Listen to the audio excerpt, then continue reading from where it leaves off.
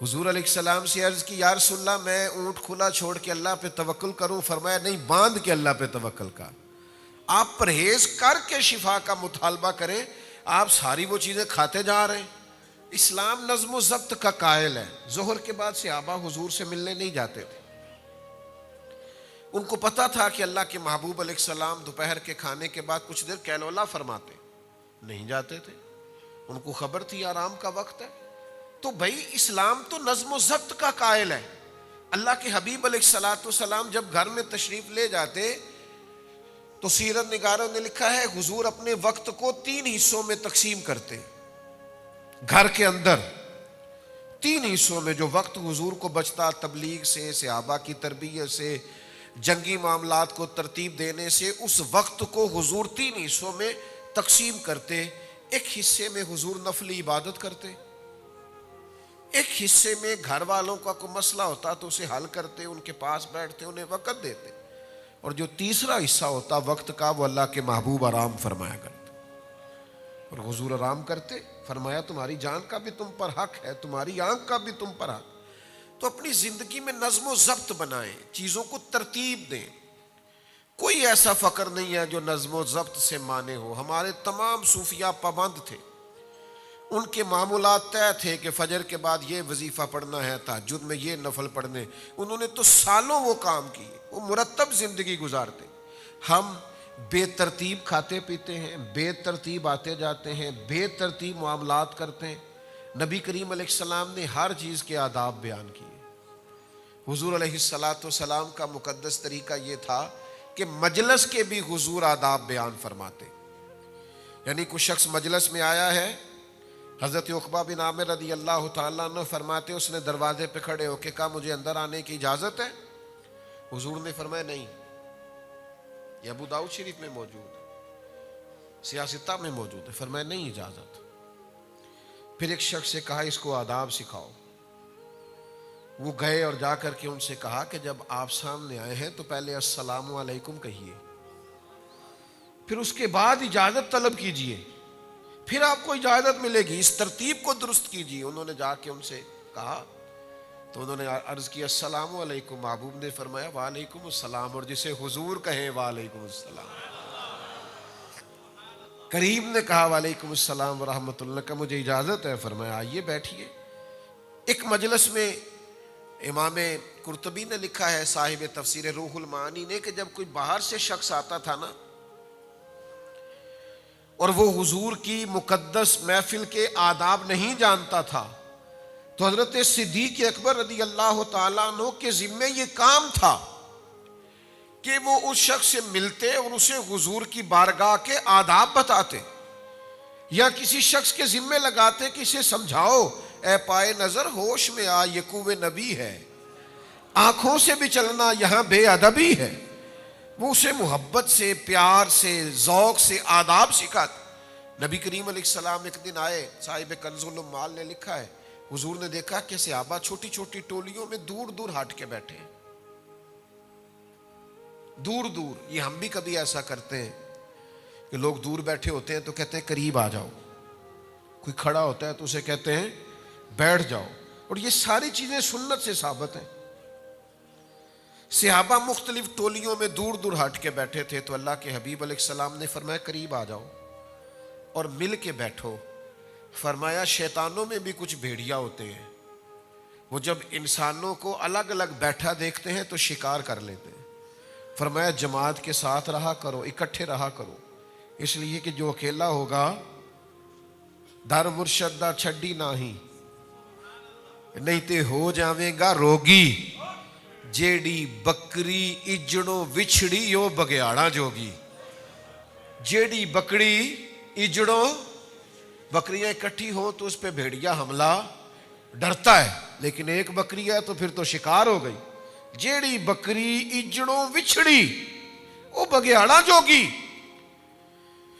तो हुजूर ने फरमाया मिल के बैठो। फिर तो शारहीन फरमाते सहाबा इस तरह मिल के बैठते थे, इस तरह जुड़ के बैठते थे कि एक चादर भी सब पे डाली जाती तो पूरी आ जाया करती। लेकिन कुछ लोगों को अलग से दिखने का शौक होता है, अलग से नजर आने। वो बाज़ औक़ात शैतान जो भेड़िया उसके हत्थे चढ़ जाते।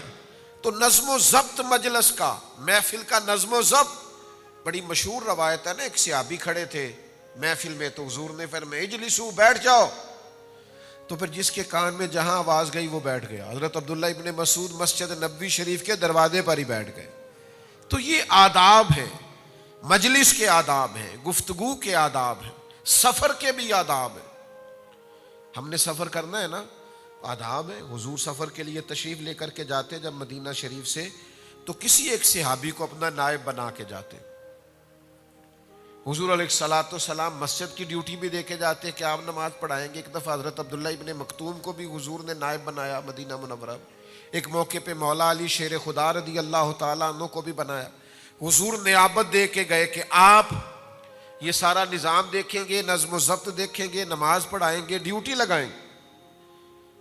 और हज़रत अबू सईद खुदरी रदी अल्लाह ताला अन्हु से रवायत है, हुजूर फरमाते हैं जब भी तुम में से 3 लोग सफर करें तो एक को अपना अमीर बना ले, वो जो फैसला करे गोया उसे कबूल करें। बाज़ौक़ात होता है ना, यहाँ रुकना है, यहाँ खाना खाना है, यहाँ कुछ देर सस्ताना है, यहाँ कुछ देर आराम करना। तो फरमाया जब भी तुम में से कोई निकले तो किसी को अपना अमीर मुकर्रर कर ले, अमीर बना ले। नज़्म ज़ब्त के बगैर जिंदगी चलती नहीं है। लेकिन हमें थोड़ा सा अपने आप को, अपनी औलादों को, आने वाले लोगों को नज़्म ज़ब्त का, और नज़्म ज़ब्त खूबसूरत बड़ा होता है, ये प्यारा बड़ा लगता है। ये कभी एक तरतीब से जाते हुए आप बच्चों को देखें जो एक ही लिबास में हो, एक ही इदारे के हो और एक ही कैफियत से कभी वो गुजर रहे हो, तो यूं महसूस होता है कि फरिश्तों की टोलियां गोया जा रही हैं। नज़्म ज़ब्त शाइस्तगी पैदा करता है, खूबसूरती पैदा करता है। इज्तिमाई तरतीब जो होती है वो एक नया ही अंदाज तरतीब पा जाता है। लेकिन शर्त यह है कि हम थोड़े से नज़्म ज़ब्त के कायल बने। हमारे यहाँ ना रिवाज नहीं होता, बल्कि कुछ लोग ऐसे होते हैं वो उनको जल्दी बड़ी होती है, कुछ कहने लगाऊं मोहब्बत के साथ दिल लगी करने लगाऊं, उनको जल्दी भी बड़ी होती है और काम भी कोई नहीं होता। जल्दी भी बड़ी होती है और काम भी, कोई जल्दी भी बड़ी है, मिलना भी फटाफट है, आना भी अगली लाइन में है, 2-4 लोगों को पीछे भी करना है, उनसे मिल के आप पूछे जनाब खैर है, कहते बस सलाम करनी सी। काम भी कोई नहीं और जल्दी भी बहुत ज़्यादा है। यानी हम मसरूफ़ भी बड़े हैं और ज़िंदगी में काम भी। इस तरह के लोगों का बड़ा मसला बन जाता है। वो कहते हैं आप छोड़ दें, पहले मेरी सुन लें। नबी करीम अलैहिस्सलाम गुफ्तगू फरमाते तो अगर दौराने गुफ्तगू कोई आदमी अपनी बात करनी शुरू करता तो अल्लाह के महबूब अलैहिस्सलाम का तरीका ये था कि हुजूर उसकी तरफ तवज्जो नहीं फरमाते थे। जिससे बात कर रहे होते थे पहले वो बात मुकम्मल करते। कुछ लोग फटाफट बात करते हैं ना, कहते कता कलामी माफ ते गल शुरू, तो मैं तो रोक देता हूँ। मैं कहना जी असी तो माफ़ ही नहीं किया, तुसी माफ़ी यहाँ तो बंदूक लैके मंगनी सी ना, तो कता कलामी माफ नहीं तो गोली आई जे। तो आपने कहा कता कलामी, तो हमने तो माफ़ किया ही नहीं, आपने बात शुरू भी कर दी। पहले पूछ लें कि हमने माफ़ की है कता कलामी। आपने कता कलामी का कह के आपने फटाफट गुफ्तगू शुरू कर दी। पूछ तो लें कि हमने माफ़ी दी कि नहीं दी। तो आप कोई बात कर रहा है उसे मुकम्मल करने दें। नज़्म ज़ब्त का एक तरीका है, उसकी बात मुकम्मल हो जाए फिर आप अपनी बात कर लें। सलीका होता है, तरीका होता है। अब तो कुछ वीडियोस वायरल होती हैं, कुछ शरपसंद लोग किसी जलसे में आ गए, किसी महफिल में आ गए, कोई किसी सियासी जमात का है, कोई किसी का है, कोई नौजवान बेचारे गैर तरबियत याफ्ता वो आ जाते हैं, अपना कैमरा भी साथ लेके आते हैं, किसी आलिम से सवाल करते हैं, सवाल भी ऐसा तलख करते हैं उसका कोई वजूद नहीं होता। अब वो उस वक़्त थोड़ी सी तलखी इंसानी तबीयत का हिस्सा होती है, फिर उसको वायरल कर देंगे। अब जो लोग महफिल में मौजूद नहीं उन्हें हकीकत हाल की खबर उस वीडियो को देखते हैं, तो वीडियो के अंदर जो चीज़ बनाई गई होती है उससे मुतासिर होते हैं। एक मेरे जानने वाले डॉक्टर साहब हैं, बड़े अच्छे आदमी हैं, नमाजी हैं, एक खानका से वाबस्ता हैं। उनकी एक वीडियो वायरल हो गई, यहीं हमारे गुजरांवाला के एक प्राइवेट हॉस्पिटल में होते हैं। मैंने किसी को नहीं बताया, मुझे अच्छा नहीं लगा, किसी को वो डांट रहे थे। बंदा बड़ा नफीस है, मरीजों की खबरगिरी करने वाला शरीफ इंसान है। वीडियो वायरल हो गई, वो बड़ा किसी को डांट रहे हैं और वो वीडियो बना रहा है और ये कह रहे हैं कि मैं तेनों लिबड़ लेना है। वो कहते हैं उस बंदे ने आके इतनी तलख बात की हमारे साथ, इतनी तलख बात कि मैं बता नहीं सकता। वो कहते हैं दोहराई भी नहीं जा सकती। और था वो बेचारा कोई ब्लैकमेलर टाइप साफी। कहते हैं वो उसने बात की, हमें गुस्सा आ गया। अब वो इश्तियाल अंगेजी वाली वीडियो उसने बना ली और फिर उसने हमसे मुतालबा किया कि मैं डिलीट करूंगा लेकिन 5 लाख रुपया लूंगा। कहते ऐसी आकर चढ़ा दे, 5 लाख कोई नहीं। अब किसी बंदे ने नहीं देखा कि वहां पूरा वाकया क्या था। तो ये क्या है भला? ये कौम जब अखलाकी तौर पर पूरी तरह गिर जाती है फिर वो इस तरह के मुजाहिरे करती। अखलाकी अकदार वाले लोग ये काम नहीं करते। आपको पता है हम भी बाज़ औक़ात वीडियो से मना करते। महफिल में गुजर रहे हैं तेजी से, एक शख्स को देखा ही नहीं कि वो हाथ मिलाना चाह रहा था, गुजर गए। रश बड़ा है, सबसे मिला नहीं जा सकता, 2 जगह पे और भी पहुंचना है। अब वो वीडियो बन गई, पर उसके ऊपर यूं करके दायरा लगाया, तकब्बुर देखो मौलवी साहब का, हाथ नहीं मिलाया। तब ये वीडियो बनाने वाले की गलती है, उसे खबर ही नहीं कि 3 जगहों पे और भी जाना है, रुका जा ही नहीं सकता। तो ये सारी पोजीशन होती है। तो नज़्म ज़ब्त में जब हम आएंगे, तरतीब को देखेंगे, खूबसूरती पैदा हो जाएगी। और आप यकीन करें, ज़िंदगी में ऐसे भी खूबसूरत लोग देखे हैं जिन्होंने कहा मैं कुर्बानी देता हूँ बाकियों के लिए। आप सब से बात कर लें, देखें ना, सीखना ही है ना किसी से। मेरी ज़िंदगी का बहुत बड़ा हिस्सा सड़कों पे गुजरा है। एक जुमले से मैंने बड़ा ही सीखा है। वो ट्रकों के पीछे लिखा होता है, डाले के पीछे लिखा होता है, बड़ा मज़ेदार, सीखने वाला, तरबियत वाला। कोई हारन दे रहा है, कोई तेजी में है, तो उसने लिखा होता है तू लंघ जा, ओ तोड़ा भला हो जाए, तू लंघ जा साड़ी, ए जिहड़ी साड़ी खैर है बड़ी मज़ेदार है। यानी तू लंघ जा साड़ी, चल भाई तू लंघ जा, कोई मसला नहीं, तू जीत जाना थोड़ी देर के लिए, हो जा कामयाब, कोई मसला नहीं। तो अपनी जिंदगी में नज़्म ज़ब्त को, हुस्न कारी को, खूबसूरती को लाएं। अच्छा, कभी कभी सबसे नहीं मिला जा सकता। हर आदमी की बात सुनना हर बंदे की बस की बात नहीं होती। काजी अय्याज़ मालिकी उदलसी शिफा शरीफ में लिखते हैं, नबी करीम अलैहिस्सलाम ने फरमाया, कुछ लोग ऐसे हैं जो अपनी हाजात मुझ तक नहीं पहुंचा सकते। वैसे तो हुजूर जानते हैं, हर गुलाम का चेहरा हुजूर जानते हैं, लेकिन ये हमारी तरबियत के लिए फरमाया कुछ लोग अपनी बातें मुझ तक नहीं पहुंचा सकते। फरमाया जो किसी की बात मुझ तक पहुंचाएगा उस बंदे को कयामत के दिन ना कोई खौफ होगा ना परेशानी होगी। उसने मेरे गुलाम का पैगाम मुझ तक पहुंचा दी। कितनी बड़ी सादत, सिर्फ पैगाम देने वाले के लिए, कि सारे नहीं पहुंच सके, लेकिन जो वसीला है, जो जरिया, जिसके जरिए पैगामात पहुंच सकते हैं, उसको अल्लाह के हबीब अलैहिस्सलाम ने कितना पसंद किया।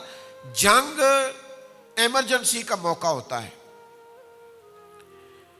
जंग खौफ का मौका होता है, इस्तराबी हालत होती है, जंगी माहौल, कहते हैं हम हालत जंग में हैं, सख्त मौका होता है।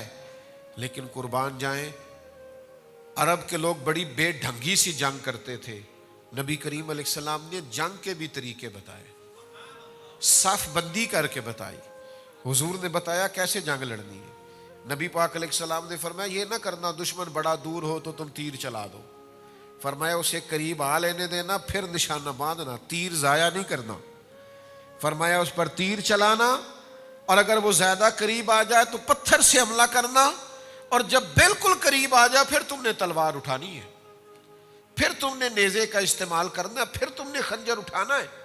वो सारी एक मुरत्तब तरतीब जिससे जंगी हिकमत अमली समझ में आए। काफिरों को नहीं समझ आ रही थी कि बदर के दिन हुजूर ने रेतली जमीन पर क्यों जाके डेरा लगाया है। वो इसलिए डेरा लगाया कि सुबह बारिश हो गई तो वो जमीन सख्त हो गई, उसका फायदा हो गया, मजबूत हो गई। उन्होंने जहां डेरा लगाया था वहां कीचड़ बन गया। तो मेरे अजीज याद रखिएगा कि जंग के मौके पर भी आप हिकमत अमली का मुजाहरा करेंगे, आप तरतीब के साथ चलेंगे। जब जिंदगी मुरतब हो जाती है फिर जिंदगी बड़ी खूबसूरत हो जाती है। मुझे वैसे तो को 20-22 साल हो गए ये गुफ्तगू करते, तकरीर करते, दौरान तालिब इल्मी से ही बात करनी शुरू कर दी थी। तो अब भी कोई 18 साल तकरीबन होने को हैं या इससे ज़्यादा मुस्तकिल जुमा पढ़ाते।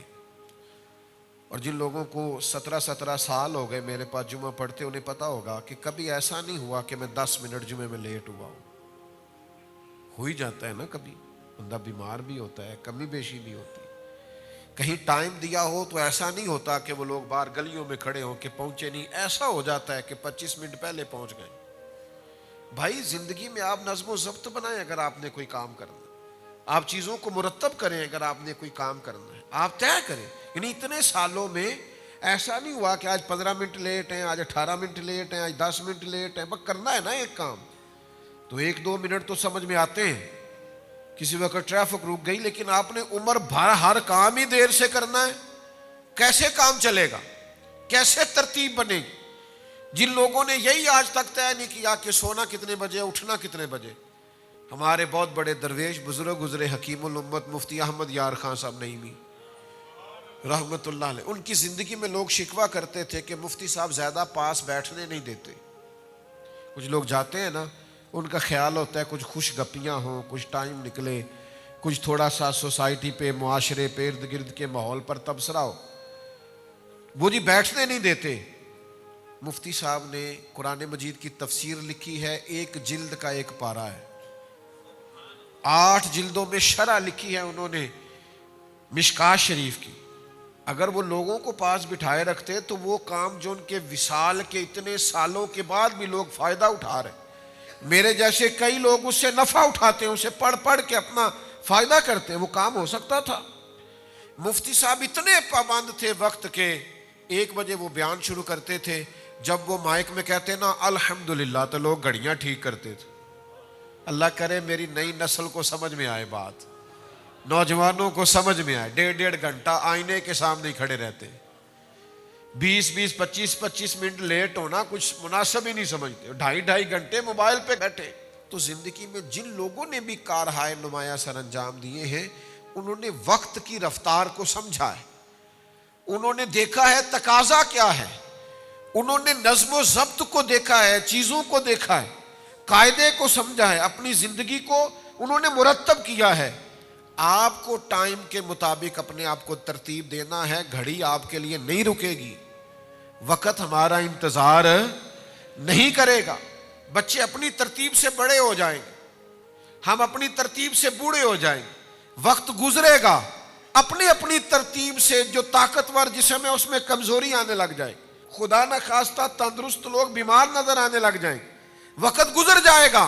करने का काम यह है कि इस वक्त से जल्दी से काम लिया जाए। अबू दाऊद शरीफ में हदीस है, नबी करीम अलैहिस्सलाम ने फरमाया, जब सुबह सूरज तुलू होता है तो दिन ऐलान करता है मैं आज आया हूं, आज के बाद नहीं आऊंगा।